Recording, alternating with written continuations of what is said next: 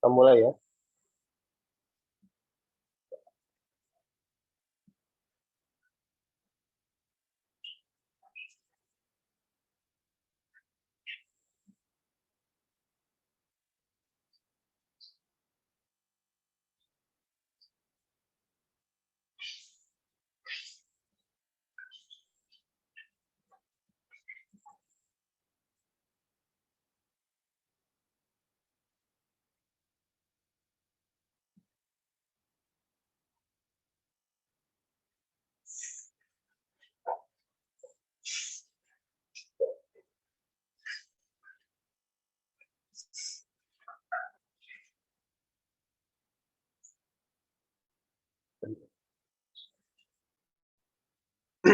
Kita lanjutkan. Bismillahirrahmanirrahim. Assalamualaikum warahmatullahi wabarakatuh. Alhamdulillah. Alhamdulillahirabbil alamin. Hamdan katsiran thayyiban mubarakan fi kama yuhibbu rabbuna wa yarda.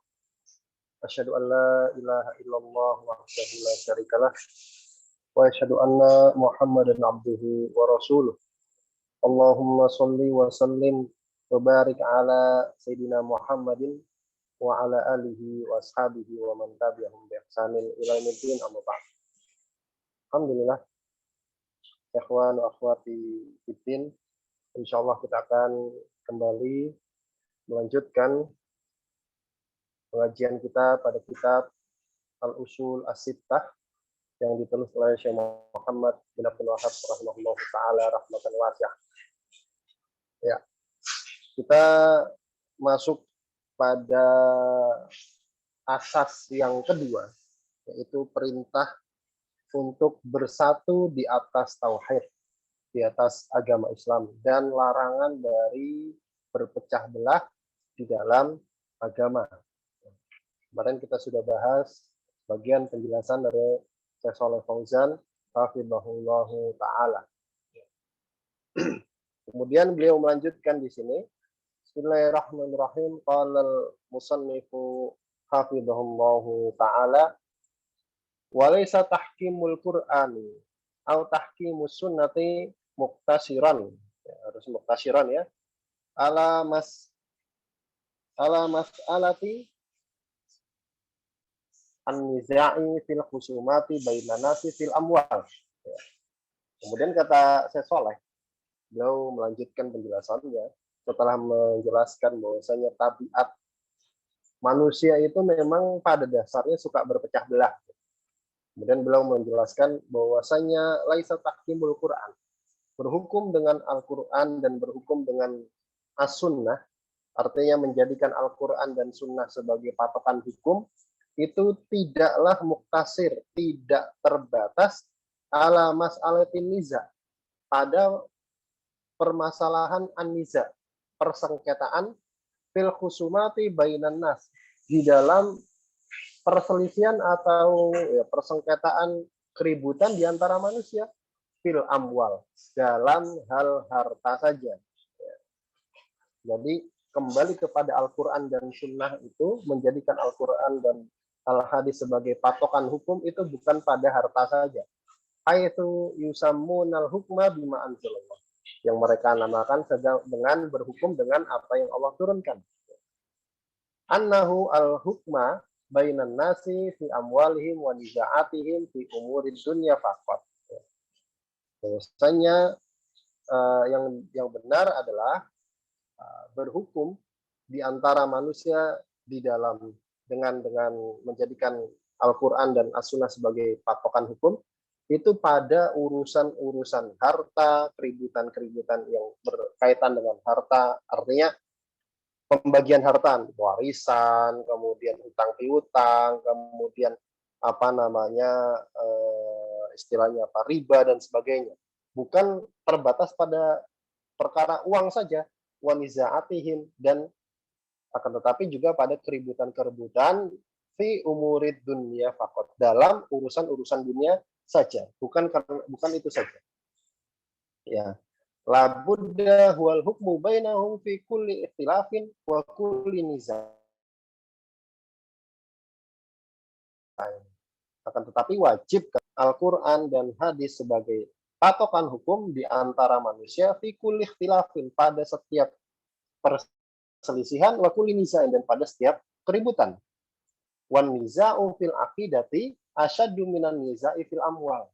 Sedangkan keributan dalam permasalahan akidah, perselisihan dalam permasalahan akidah itu asyad, lebih berat daripada perselisihan dalam urusan harta. Ya, perselisihan dalam urusan akidah itu yang satu bilangnya bahwasanya Al-Quran itu makhluk, yang satu bilangnya kalamullah, dan sebagainya. Perselisihan dalam hal seperti itu lebih berat daripada perselisihan dalam urusan harta. Wan niza'u fi umuril ibadati wa umuril halali wal harami asyaddu minan niza'i fil khusumati fil amwal. Dan keributan perselisihan di dalam urusan ibadah halal dan haram itu lebih berat daripada perselisihan dalam urusan harta juga. Ya. Innamal khusumatu fil amwali juz'un aw juz'iyatun min ikhtilafil ladzi yajibu hasmuhu bi kitabillahi azza wa jalla. Hanyalah keributan di dalam urusan harta itu cuma satu bagian dari perselisihan-perselisihan yang wajib diselesaikan dengan Al-Quran. Jadi keributan dalam urusan harta itu cuma satu bagian saja yang wajib diselesaikan dengan Al-Quran. Ya di negeri kita malah kayaknya nggak dua-duanya ya. Ketika ribut tentang urusan waris, begitu disodorkan, ayo kita bagi waris dengan hukum Islam, banyak yang nolak. Ya. Was-sahabatu, sedangkan para sahabat radhiyallahu anhum, kana yahsulu bainahum ikhtilafun. Para sahabat dulu itu terjadi di antara mereka ada khilaf. Para sahabat pun ada perselisihan. Lakin sur'ana ma yarji'una ila kitabillahi wa sunnati rasulihi sallallahu alaihi wasallam wa yantahi ikhtilafuhum. Tapi meskipun para sahabat itu terjadi perselisihan, mereka bersegera untuk kembali kepada Al-Quran dan Sunnah Rasulullah Sallallahu Alaihi Wasallam. Maka terhentilah perselisihan mereka. Jadi ya perselisihan itu wajar, cuma bagaimana cara menyelesaikannya itu yang jadi permasalahan. Titik poinnya di situ. Faqad hasala bainahum ikhtilafun ba'da wafatin Nabi sallallahu alaihi wasallam. Dan sungguh terjadi di antara para sahabat itu ikhtilaf, perselisihan setelah wafatnya Nabi Muhammad sallallahu alaihi wasallam seputar apa? Haula manil ladzi yatawallal amra min ba'dihi. Seputar siapa yang akan mengurus urusan setelah wafatnya Nabi Muhammad SAW. Artinya jadi pemimpin. Terjadi perselisihan, ya wajar. Namanya manusia itu pasti ada perselisihan. Tapi bagaimana mereka menyelesaikan? Ya. Wasara'anu ma husimu an niza'a wa raja'u wa wallau Abu Bakrin as-Siddiq. Dan mereka bersegera untuk menyelesaikan perselisihan yang terjadi di antara mereka, dan mereka kembali kepada Al-Quran dan Sunnah, dan mereka pun menjadikan Abu Bakar as-Siddiq sebagai pemimpin. Jadi itu solusinya ya. Mereka terjadi perselisihan, tapi bagaimana cara menyelesaikan perselisihan? Kemudian wan qadu lahu ata'u lahu. Setelah Abu Bakar kemudian diangkat jadi pemimpin, ya sudah, inqadu lahu. Para sahabat yang lain, orang-orang lain taat kepada Abu Bakar, tunduk kepada Abu Bakar dan mentaati Abu Bakar. Wazalal ikhtilaf, dan ikhtilaf pun menghilang. Ya. Wan hasamat al-furqatu allati hasalat fi man yatawallal amru ba'da rasuli sallallahu alaihi wasallam. Dan terselesaikanlah perselisihan, perbedaan pendapat yang terjadi seputar siapakah yang akan mengurus urusan kaum muslimin ba'da Rasuli sallallahu alaihi wasallam, setelah wafatnya Rasulullah sallallahu alaihi wasallam. Fahum yahsulu bainahum ikhtilafatun. Ya. maka mereka terjadi di antara para sahabat itu ikhtilaf ya. Ini sekali lagi itu wajar. Apakah di para sahabat saja terjadi ikhtilaf, lagi di antara kita gitu. Lakin yarji'una ila kitabillahi wa sunnati rasulih sallallahu alaihi wasallam. Akan tetapi para sahabat setelah mereka terjadi perselisihan, keributan begitu, perbedaan pendapat, mereka segera kembali dengan merujuk kepada Al-Quran dan sunnah Rasulullah sallallahu alaihi wasallam. Tsumma yadhabu, kemudian hilanglah an-niza'u fil khusumati. Oh ya, bukan.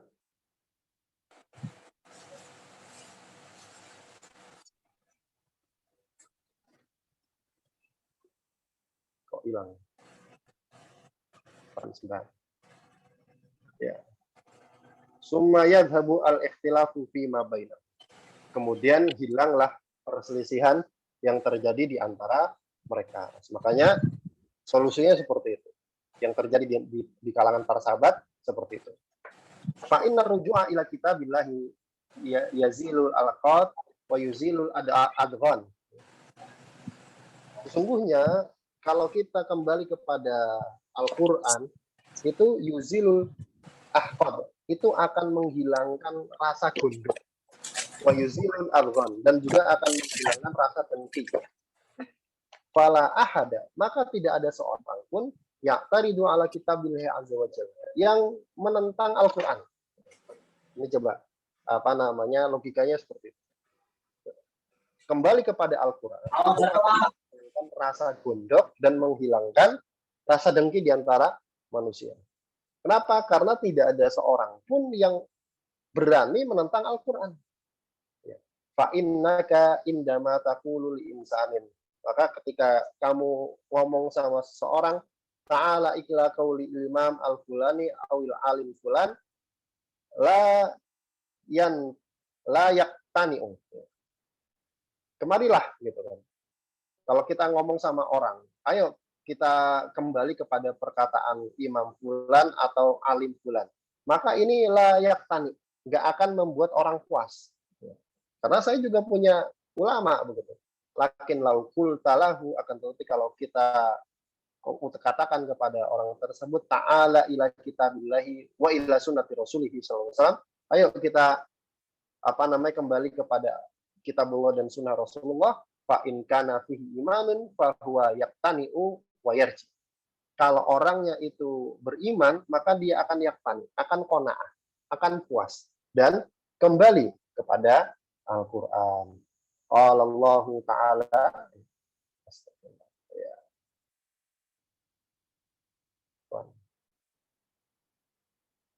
Sering terjadi seperti ini ya.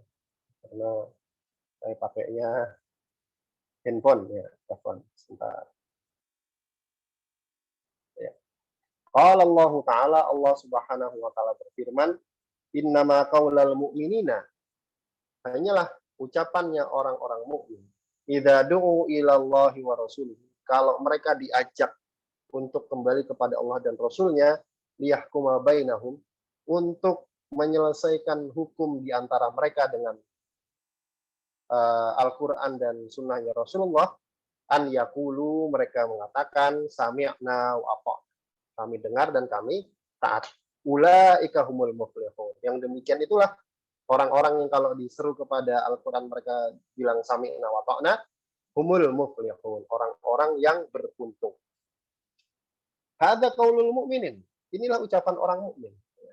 Ammal munafiqun, adapun orang-orang munafik, salah satu cirinya in kanal haqqu lahum ja'u mud'inina. Adapun orang munafik, kalau kebenaran itu ada di sisi mereka, maka mereka mud'inin, mereka terima.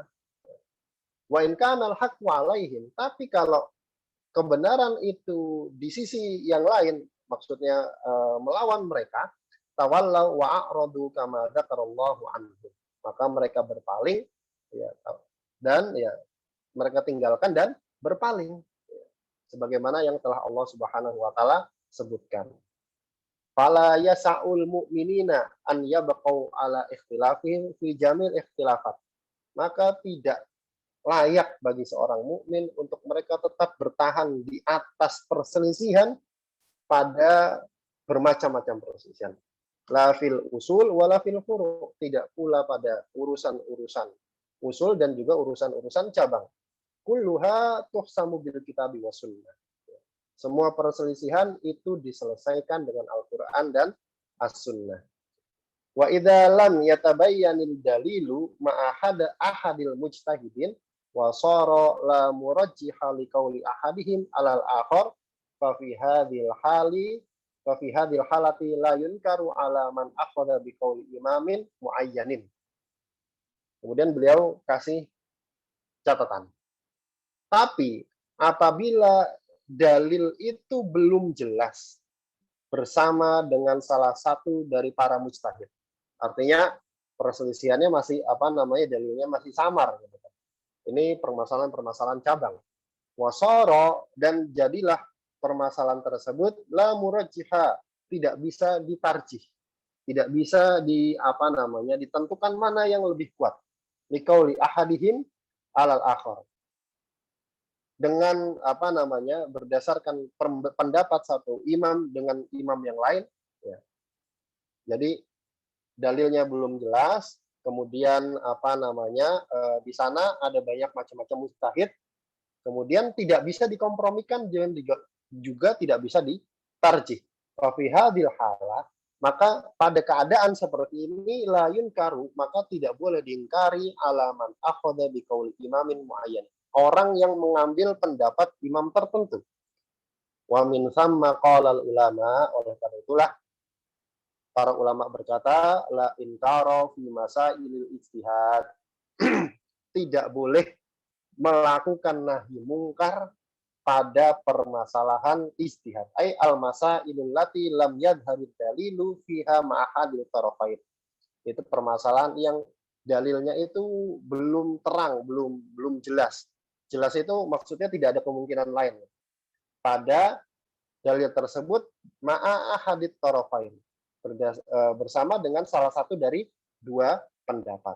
Jadi ini tidak boleh melakukan nahi mungkar pada permasalahan-permasalahan ijtihad. Kemudian Syekh Muhammad kemudian melanjutkan, wa nahana an nakuna kalladzina tafarraqu wa ikhtalafu qablana fahalak. Dan Allah Subhanahu wa taala melarang kita untuk kita menjadi seperti orang-orang yang berpecah belah dan berselisih sebelum kita. Maksudnya kaum Yahudi dan Nasrani sebelum kita. Fahalaku, maka mereka pun celaka. Sebagaimana yang sering saya singgung, bahwasanya Yahudi dan Nasrani itu benar-benar tahsabuhum jami'an wa qulubuhum syatta. Kita sangka mereka itu bersatu, ternyata mereka berpecah belah. Berpecah belah sampai pada tataran satu sekte dengan sekte yang lain, satu urusan dengan satu aliran dengan aliran yang lain, satu jamaah gereja dengan jamaah gereja yang lain tidak bisa ibadah bersama. Tidak bisa ibadah bersama. Dan itu terjadi pada semua agama di luar Islam. Bahkan Buddha sekalipun. Buddha yang alirannya Theravada tidak bisa ibadah di wihara Buddha yang alirannya Mahayana. Buddha yang alirannya Mahayana itu tidak bisa ibadah di wihara Buddha yang alirannya Hinayana dan seterusnya. Begitu juga dengan gereja. Gereja Protestan tidak bisa ibadah di gereja Katolik tidak bisa ibadah di gereja Pantekosta tidak bisa ibadah di gereja Katolik Roma dan sebagainya. Nah, Allah Subhanahu wa taala melarang kita untuk jadi seperti itu, berpecah belah dan berselisih sebagaimana orang-orang sebelum kita, dan mereka pun celaka. Kita lihat syarahnya, lamma baqau ala khilafihim halaku wa tanaharu fi ma bainahum wa taqatalu. Tatkala mereka orang-orang sebelum kita itu tetap di atas perselisihan mereka, maka mereka pun celaka, wa tanaharu, dan mereka pun saling berkelahi fi ma bainahum, pada hal-hal yang ada di antara mereka, wa taqatalu, dan mereka saling berperang. Hada sya'nu ahlil ikhtilaf. inilah keadaannya orang yang bertahan di atas ikhtilaf. Amma sya'nu ahlil ijtima' fahuwal quwwatu wa zawalul hikdi min qulubihim. Adapun keadaannya orang yang bersatu, maka keadaannya adalah kuat, kemudian hilang dendam, perasaan dengki di dalam hati-hati mereka. Ini keadaan kaum muslimin harusnya seperti itu. Bersatu di atas akidah, di atas tauhid, di atas agama Islam. Allah Subhanahu wa taala berfirman, "Fala wa rabbika la yu'minuna." Demi Allah demi Rabbmu kata Allah. La yu'minuna, kalian tidak akan beriman hatta yuhaqqimuka fi ma syajara bainahum. Hingga mereka itu menjadikan kamu sebagai hakim pada permasalahan yang terjadi di antara mereka. Kemudian la yajidu fi anfusihim, mereka tidak mendapati pada diri-diri mereka harajan, rasa berat, mimma qadaita, dari apa yang engkau putuskan wahai Muhammad, wa yusallimu taslima, dan mereka berserah diri, mereka tunduk dengan sebenar-benarnya. Jadi ini keadaannya kaum muslimin. Kata Allah, demi Rabbmu, mereka itu belum beriman sampai mereka menjadikan Nabi Muhammad sebagai hakim, sebagai penengah pada hal-hal perselisihan yang terjadi di antara mereka. Dan tidak didapati di hatinya itu rasa berat, dan mereka pun tunduk. Kemudian wala yurdin nas wala yunhi an niza illa ruju'u ila kitabillahi wa sunnati rasulih sallallahu alaihi wasallam. Dan tidak mungkin itu kita membuat ridho manusia, dan tidak mungkin itu perselisihan itu dihentikan kecuali dengan cara kembali kepada Al-Quran dan Sunnah. Manusia itu ridho nas ghayatun la tudrak. Ridho manusia itu tujuan yang tidak pernah bisa dicapai. Kemudian ghayatun ridhollah ghayatun la tudrak. Sedangkan ridhonya Allah itu tujuan yang tidak boleh ditinggalkan.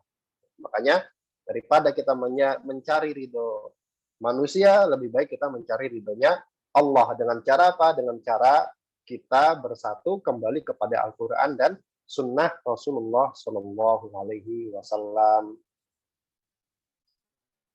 Kita lihat kemudian matanya, wa dzakara annahu amaral muslimina bil ijtima'i fid dini wa nahahum anit tafarruqi fihi. Dan Allah Subhanahu wa taala menyebutkan bahwasanya Allah itu telah memerintahkan seluruh kaum muslimin untuk bersatu. Bersatu di dalam apa? Fiddin, di dalam agama, di dalam tauhid. Wa nahahum, dan Allah melarang mereka anit tafarruqi fihi, untuk berpecah belah di dalam agama, di dalam tauhid. Kita lihat syarahnya. Bagaimana firman Allah Subhanahu wa taala dalam surat Asy-Syura. Allah syara'a lakum minad dini ma wassa bihi Nuhan walladzi auhayna ilaika wa ma wassayna bihi Ibrahim wa Musa wa Isa. Syara'a lakum, Allah telah mensyariatkan. Allah telah memutuskan untuk kalian minad dini, dari agama Islam, ma wassa, sebagaimana Allah telah wasiatkan bihi, agama tersebut, Nuhan, kepada Nabi Nuh, walladzi, dan yang auhayna, telah kami wahyukan juga, ilaika, kepada Muhammad, wa ma wassayna bihi Ibrahim, dan apa yang telah kami wasiatkan juga kepada Nabi Ibrahim, Nabi Musa, dan Nabi Isa. Apa wasiatnya? Ai an aqimuddina wala tatafarraqu fi, supaya engkau wahai Muhammad menegakkan agama, menjalankan agama, menjalankan tauhid, menegakkan tauhid, wala tatafarraqu fihi, dan janganlah kalian berpecah belah di dalamnya. Ai maksudnya la yusiru kullu wahidin lahu dinun. Jangan sampai setiap salah seorang dari kalian itu punya agama masing-masing, punya aliran masing-masing yang kemudian diperlakukan sebagaimana agama. Ya, sebagaimana agama. Yang satu bilang, oh saya dari ini, yang satu dari ini. Kemudian itu dijadikan standar baku untuk menyerahkan loyalitas. Ya, loyalitasnya dibangun di atas itu, bukan dibangun di atas tauhid. Di anna dina wahidun. Kenapa? Karena yang namanya agama itu satu. Laisa fihi tafarruq. Tidak ada perbedaan, tidak ada beda dalam agama Islam. Jadi agama Islam itu satu. Jangan sampai masing-masing dari kita itu punya agama masing-masing atau punya aliran masing-masing yang kemudian dijadikan sebagaimana agama. Oh ya. Kemudian kita lihat perkataan Syekh Muhammad, ya. Wa yaziduhu wuduhan ma waradat bihi as-sunnatu minal ajabil ujab fi dzalik. Syekh Muhammad kemudian yang menambah penjelasan hal tersebut bahwasanya kita dilarang untuk berpecah belah di dalam agama itu sebagaimana yang datang di dalam hadis yang termasuk min ajabil ujab, hal yang sangat menakjubkan. Maksudnya gimana? Kemarin hadisnya itu jelas, bahkan orang awam pun paham gitu. Tapi gara-gara berlalunya waktu kemudian orang-orang jadi nggak paham, bahkan yang alimnya sekalipun. Gitu. Naam, kata Syekh Shalih. Sabata anir Rasuli sallallahu alaihi wasallam minal ahadithi ma yahutsu alal istima'i wa yanha anit tafarruqi wa ikhtilaf. Ya, telah tetap dari Rasulullah SAW hadis-hadis yang memotivasi, menghasung, mengajak untuk bersatu dan melarang dari berpecah belah dan berselisih. Contohnya apa? Mislu hadisin. Contohnya seperti hadis fa innahu man ya'is minkum. Sesungguhnya barang siapa yang hidup setelahku di antara kalian, fasayarah khilafan katsir, maka dia akan melihat perselisihan yang banyak. Jadi barang siapa yang hidup setelahku, kata Rasulullah, maka dia akan melihat perselisihan yang banyak. Fa'alaikum bisunnati, maka wajib atas kalian untuk memegang sunnahku wa sunnatil khulafa'ir rasyidin, dan sunnahnya para khulafa'ur rasyidin. Nah, ini salah satu hadis yang memerintahkan kita untuk bersatu dan dilarang untuk berpecah belah. Ya. Kemudian kata Syekh Muhammad, "Tsumma sarul amru ila annal iftiraqa fi usuliddini wa furu'ihi wal ilmu wal fiqhu fiddin." Kemudian jadilah al-amru, urusannya, ila annal iftiraq, bahwasanya berpecah belah di dalam pokok agama dan furu'nya agama itu yang disebut dengan ilmu dan fikih. Ya, kan tadi kan perintahnya kita dilarang untuk berpecah belah. Kemudian nanti di akhir zaman itu berpecah belah di dalam usuluddin itu disebut dengan ilmu dan fikih di dalam agama. Ya, kita lihat penjelasannya. Sarul amru ma'al asfi indal mutaakhir. Jadilah al-amru, urusannya ini ma'al asfi, meskipun disayangkan, indal mutakhirin, di sisi orang-orang belakangan, annal ikhtilafa fil usuli wal furu'i wal fiqhu, bahwasanya ribut beda pendapat di dalam usul dan furu' itu disebut fikih. Ya, jadi yang disebut orang fakih itu orang yang berselisih. Ma'annal wajiba al-aqsu, padahal yang wajib itu sebaliknya. Annal istima'a wal fiqhu fi dinillah, bahwasanya bersatu itulah yang disebut fikih. Al-fiqh yang disebut paham, orang yang paham dalam agamanya Allah. Hum yaqulun, mereka mengatakan inna tafarruqa wa iqa al-hurriyati linnas wa adamal hajri alaihim hadza huwal fiqh. Mereka katakan sesungguhnya perbedaan pendapat, perselisihan, kemudian memberikan kebebasan bagi orang-orang dan tidak mengekang mereka, itu adalah fikih. Itu yang disebut dengan fikih. Wa nahnu naqul, dan kita katakan al-fiqhu wal istima'u ala kitabillah wa sunnati rasulih sallallahu alaihi wasallam, yang disebut dengan fikih ya bersatu di atas Al-Qur'an dan sunnahnya Rasulullah. Wa ba'dum yaqul, dan sebagian mereka juga mengatakan hadza min sa'atil Islam. Ini termasuk keindahan Islam. Annahu idza harrama alaina ahadun syai'an najidu man yufti bihallihi. Termasuk keindahan Islam bahwasanya apabila ada seorang yang mengharamkan satu perkara kepada kita, kita bisa dapati orang yang berfatwa akan kehalalannya. Mereka bilang apa namanya musik itu haram. Kemudian mereka cari-cari siapa yang bilang halal. Kemudian ada yang bilang daging babi itu haram. Menutup aurat itu kewajiban. Membuka aurat itu haram. Kemudian mereka akan nyari-nyari bagaimana celah supaya membuka aurat itu jadi halal. Ada yang bilang perdukunan, bikin wifik, bikin apa namanya jimat itu haram. Kemudian mereka akan nyari-nyari supaya gimana caranya wifik jimat itu jadi halal. Ittakhadun nasa hum al-musyarri'in. Mereka mengangkat manusia sebagai pembuat syariat. Fa'ala ra'si ha'ula'i idza qala fulanun hadza halalun sara halalan. Ya. Dan mereka menjadikan agama itu berdasarkan pendapat orang-orang. Idza qala fulanun, apabila ada seorang mengatakan hadza halal, ini halal, sara halalan lana, maka itu jadi halal bagi kita.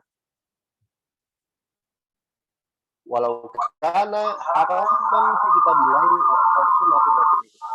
Meskipun dia haram di dalam Al-Qur'an atau sunnah Rasulullah sallallahu alaihi wasallam. Fa naqulu, kemudian kita jawab, narji ila kitabillah. Narji ila kitabillah. Kita kembali kepada Al-Qur'an. Faman syahida lahu bil haqqi akhadna bih.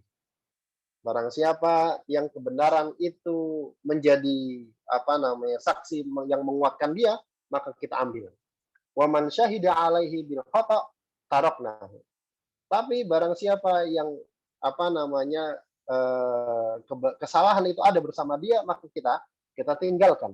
Hadza huwal wajib. Inilah yang wajib. Jadi jangan sampai kayak gitu ya. Kemudian sorol amru bil istima'i la yaquluhu illa zindikun au majnunun. Dan jadilah apa namanya perintah untuk bersatu tidaklah dikatakan oleh orang kecuali orang zindik atau orang gila. Jadi setelah berlalunya waktu, itu perintah untuk bersatu itu menurut mereka cuma diserukan oleh orang zindik atau orang gila. Karena menurut mereka nggak bisa bersatu. Sesuatu yang tidak bisa diraih. Ya. Kita baca syarahnya.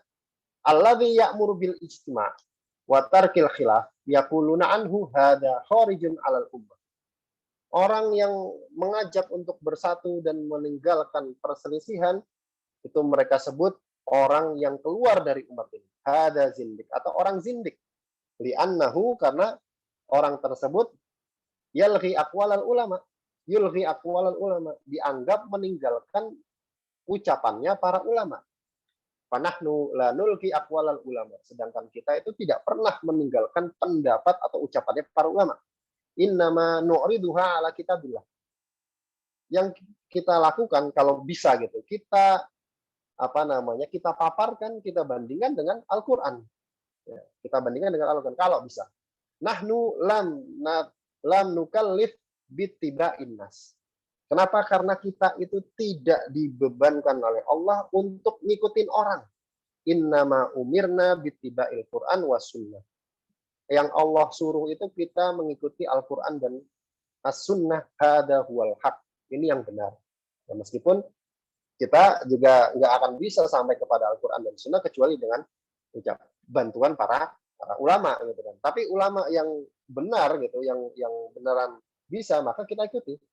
Ma umirna bittiba'i fulanin wa fulanin. Kita nggak pernah disuruh sama Allah untuk ikutin fulan dan fulan. Wallahu ta'ala lam yakilna ila ara'ina wa ijtihadatina.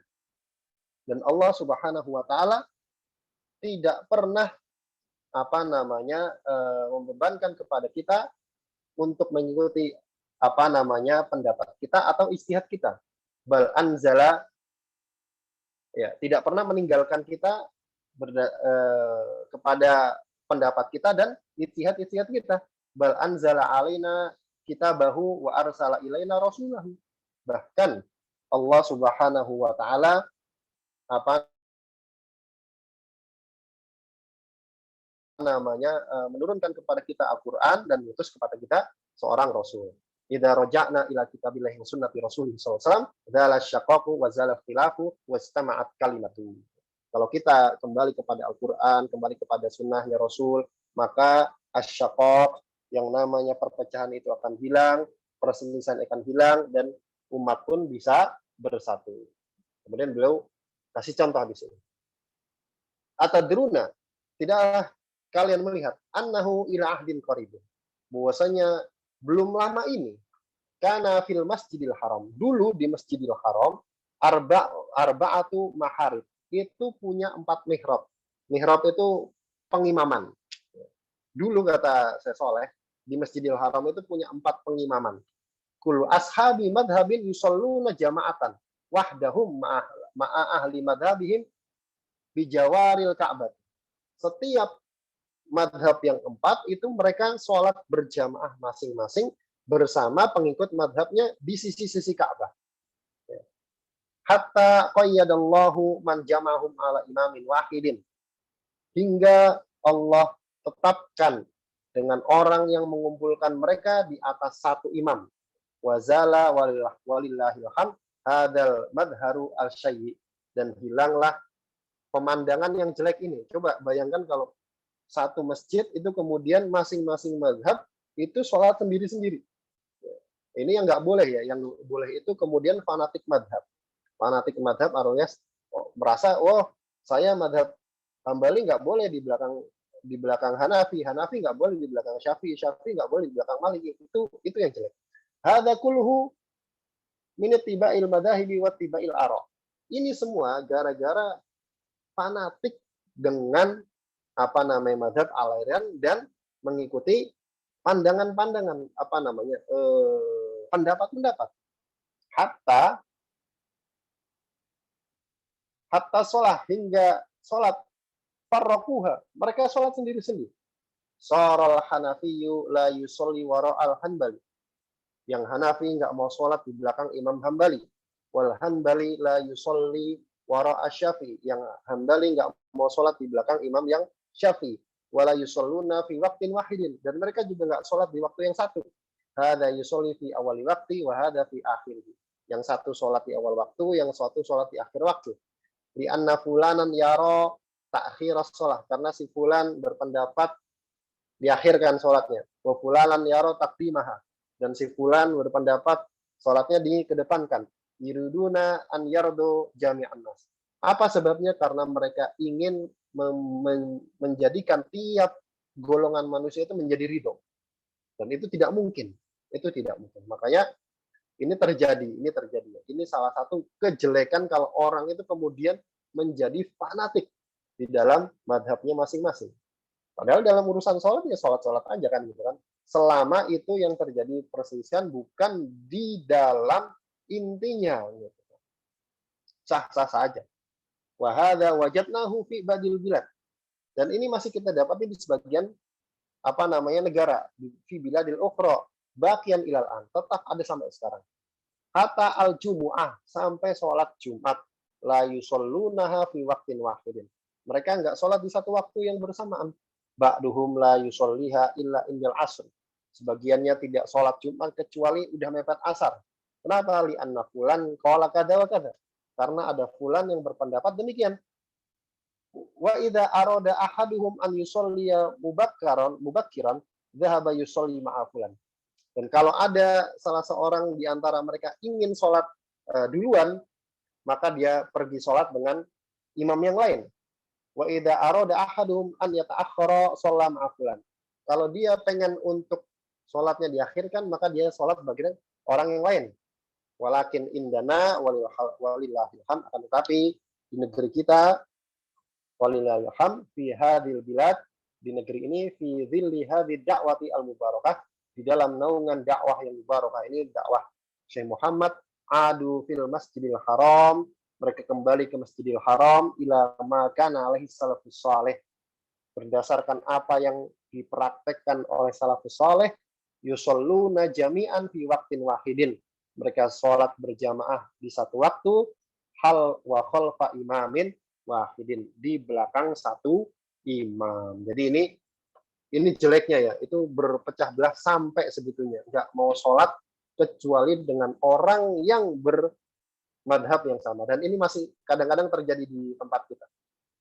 Kalau imamnya nggak kunut, dia nggak mau sholat. Kalau sholat subuh nih ya, misalkan si fulan ini berpendapat kunut subuh itu sunnah gitu kan, bagian dari sholat subuh. Kemudian imamnya nggak kunut, dia nggak mau sholat. Sebaliknya, kalau dia berpendapat nggak kunut, terus imamnya kunut, dia nggak mau sholat bareng dia. Nah itu salah satu bentuk kejelekan berpecah belah. Jadi sampai segitunya. Gara-gara kunut nggak mau sholat di belakang imam yang lain. Nah ini jelek ya. Jangan sampai kita menjadi seperti itu ya. Wallahu ta'ala alam bishawab. Ya. Ada pertanyaan sampai di sini sebelum kita tutup? Ya.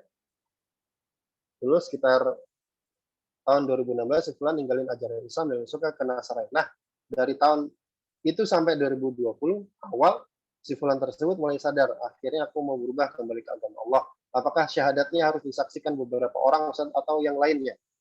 Baik. Kalau ada orang murtad kemudian ingin bertaubat kembali ke dalam agama Islam, itu dia harus bersyahadat lagi.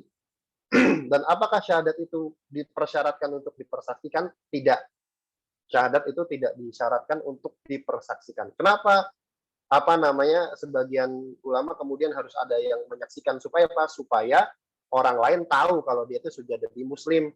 Kalau nanti ada apa-apa, misalkan dia meninggal, misalkan dia maka bisa diperlakukan sebagaimana muslim. Makanya dipersyaratkan adanya saksi.